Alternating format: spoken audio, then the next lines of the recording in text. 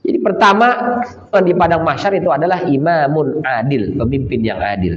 Umar bin Abdul Aziz itu kan nggak sampai 3 tahun ya, 2, sekian 2 tahun berapa bulan lah. Nggak sampai 5 tahun, nggak sampai 1 periode itu. Tapi ketika beliau jadi pemimpin, itu orang kebingungan bayar sedekah, mengeluarkan zakat karena orang pada nolak dikasih zakat. Jadi ambil zakat itu ketika dia mau membagi-bagikan harta zakat itu, balik masih bawa barang-barang itu. Ada sebagian dikasih, tapi masih bawa pulang lagi. Duh, kenapa nggak habis ini bagian zakat? Kami bingung, mau kasih nolak, yang ini kasih nolak, itu nolak, nggak ada yang mau terima zakat.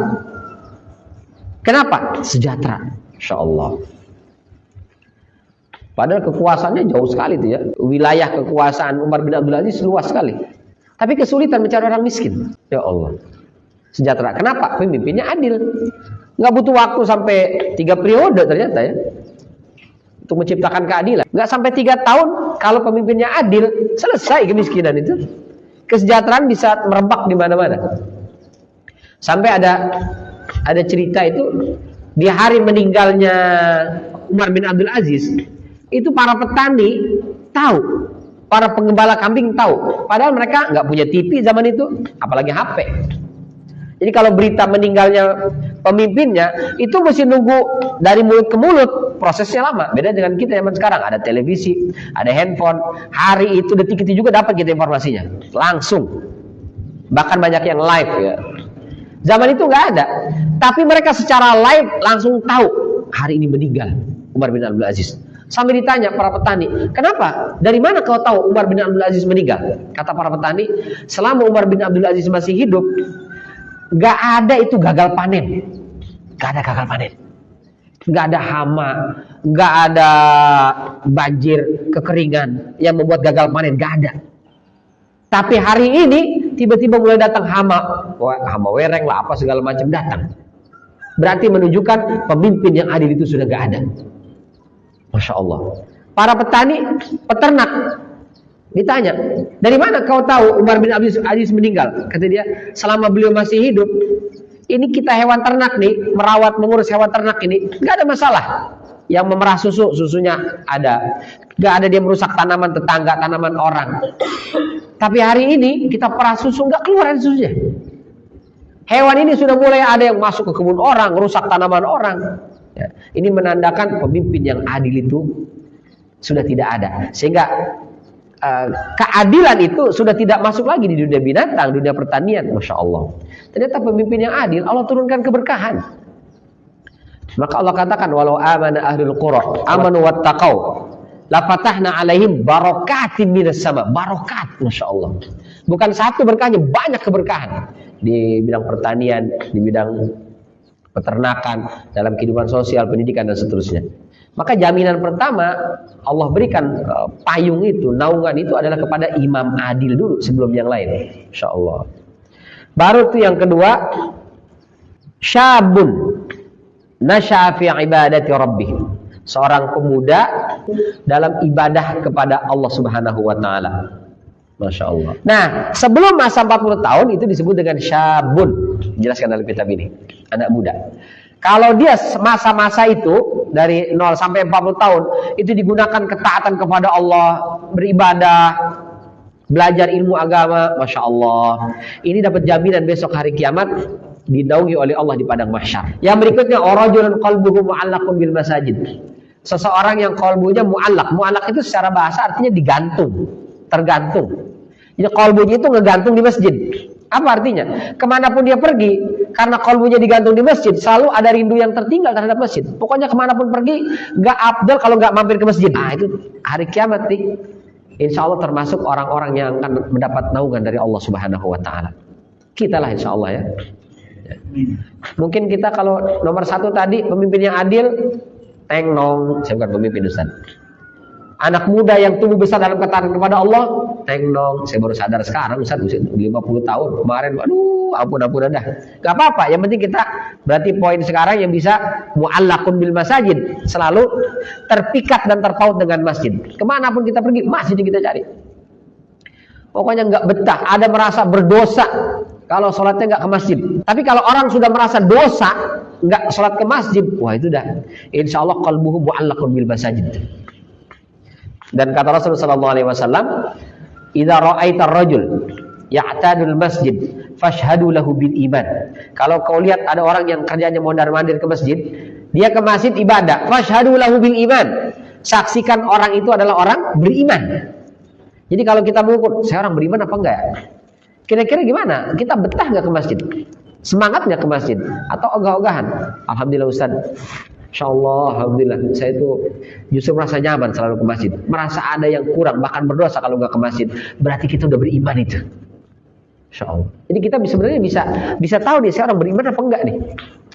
Meskipun hadis ini kata Syekh Albani dhaif, tapi kata para ulama makmul, bisa diamalkan. Kenapa? Karena nggak bertentangan dengan ayat. Dalam surat Taubah itu Allah katakan, "Innama ya'muru masajidallah man amana billahi wal yawmil akhir." Hanya orang beriman yang mau memakmurkan masjid, yang meramaikan masjid. Berarti kalau ada orang selalu ke masjid, meskipun di masjid cuma sholat atau habis itu duduk, udah dia nggak baca Quran, dengerin kajian, kadang-kadang dengerin juga dengerin sih, tapi begitu tanya pulang, tadi Ustaz ngomong apa? Tahu, pokoknya begitu dah. Itu aja, yang penting dia udah ke masjid, itu udah beriman itu, insya Allah. Kalau sudah orang beriman, falanahyiyannahu hayatan thayyibah. Kami berikan kehidupan yang baik di dunia dan juga di akhirat, insyaallah. Qalbuhu mu'allaqun bil masajid. Yang berikutnya, rajulani tahaba fillah, ijtama alaihi wa tafarraqa alaihi. Dua orang yang saling mencintai karena Allah. Aduh, masya Allah. Dulu Rasul sampai mempersaudarakan itu sahabat Muhajirin dan sahabat Ansar. Di antaranya Abdurrahman bin Auf dengan Sa'ad ibn Rabi'. Abdurrahman bin Auf, beliau hijrah dari Mekah tidak membawa harta, keluarga nggak dibawa, sendiri sebatang kara dengan pakaian yang melekat di badan saja. Sa'ad ibn Rabi' orang Madinah, kaya raya.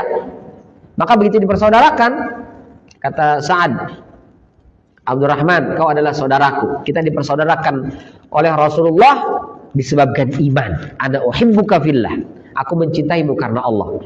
Maka wahai Abdurrahman, kau tak punya harta, aku punya 2 kebun kurma. 1 kebun silakan kau ambil, silakan kau gunakan, kau ambil hasil panennya dan seterusnya. Yang kedua, aku punya 2 orang istri. Akan aku perlihatkan kepadamu, kau lihat antara 2 istri aku itu mana yang menurutmu lebih cantik. Akan aku ceraikan dia, tunggu selesai masa iddahnya kau nikahi dia. Masya Allah. Hari gini ada yang begitu, Pak.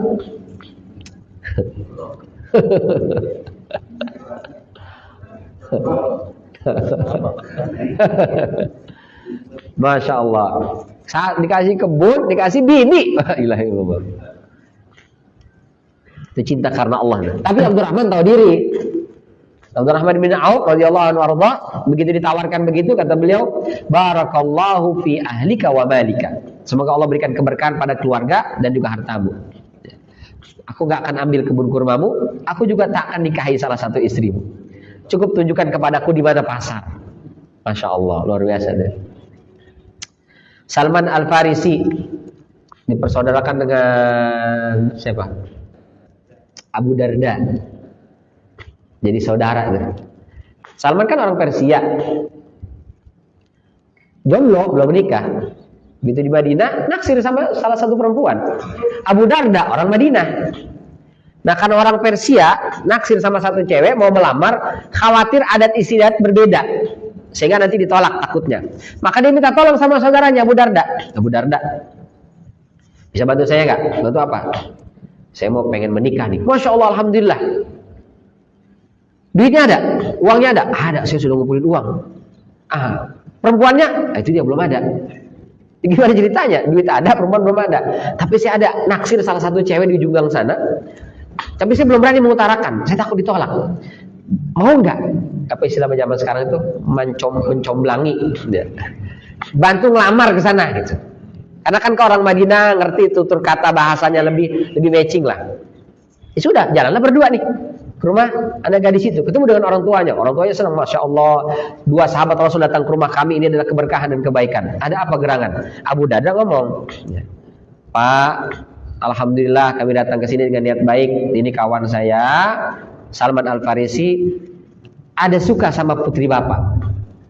Berkenankah bapak menikahkan putri bapak dengan saudara saya Salman Al-Farisi? Masya Allah, merupakan kehormatan dan kemuliaan. Saya ingin sekali memiliki menantu sahabat Rasulullah. Tapi tentu yang lebih berhak adalah anak saya. Izinkan saya tanya dulu ke anak saya. Masuk ke dalam.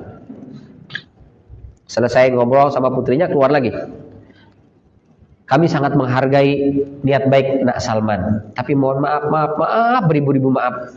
Nampaknya putri kami belum bersedia dilamar oleh Salman Al-Farisi. Terpukul.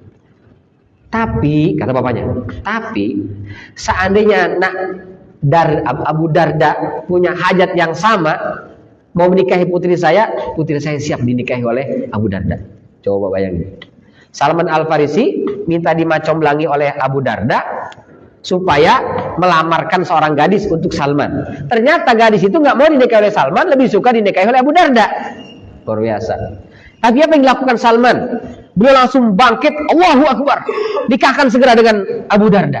Kata udah, apa-apaan? Ente yang mau nikah, bukan saya, bukan aneh. Nikah, karena wanita ini suka dengan kau, aku bahagia ketika melihat kau dan wanita itu bahagia. Nikah. Aneh nggak punya duit yang saya kumpulin pakai semuanya. Masya Allah. Hari ini ada kayak begitu ya?